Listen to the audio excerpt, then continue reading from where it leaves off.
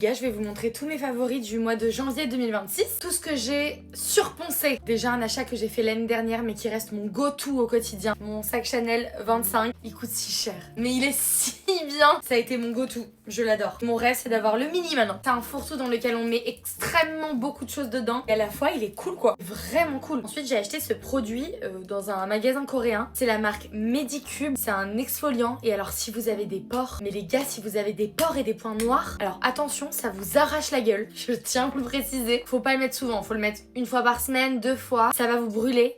Mais c'est d'une efficacité. C'est le meilleur exfoliant que j'ai testé de ma vie. Ce combo de parfum. C'est-à-dire que grâce à ça, on n'est plus en hiver. Le Beach Walk de Margiela et le Rêverie sur scène de Solferino qui est à la fleur d'oranger. Et alors le combo des deux, c'est Punta Cana, du petit bonheur. J'ai lu pas mal de livres et meilleur que j'ai lu, c'est Vers la beauté de David Funkinos. Funky. Il est horrible, mais il est très bien. Mon combo lèvres, ça a été ce crayon de chez MAC. Un crayon gloss très très crémeux, mais alors il tient hyper bien. Je sais pas, la couleur se transforme en encre et ça colore vos lèvres toute la journée. Donc celui-ci en teinte Night Moth.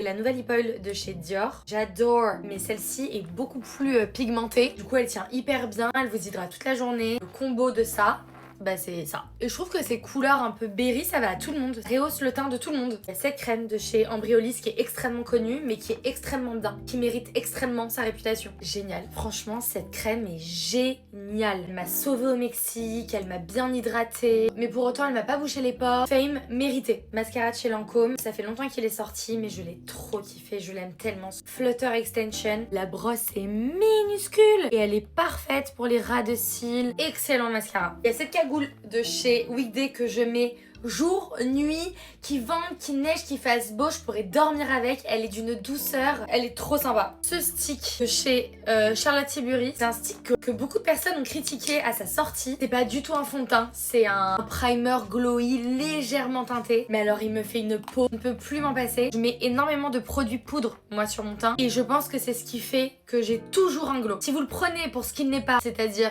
ce n'est pas un fond de teint, bah vous serez pas déçus. La palette en édition limitée de chez Hourglass, elle est... c'est la meilleure les gars. De toute façon, les poudres de chez Hourglass, ce sont les meilleures. C'est d'une qualité excellentissime. Et pour finir, côté maison, le diffuseur de chez L'Occitane, spécialement l'odeur figuier houblon. Oh c'est la meilleure odeur. C'est une odeur un peu sucrée, légèrement boisée. Ça se diffuse hyper bien dans mon salon. Dès que je rentre, ça sent hyper bon. C'est la deuxième que j'achète. Voilà les gars, c'était tous mes go-to du mois de janvier. Que j'ai poncé. Bisous.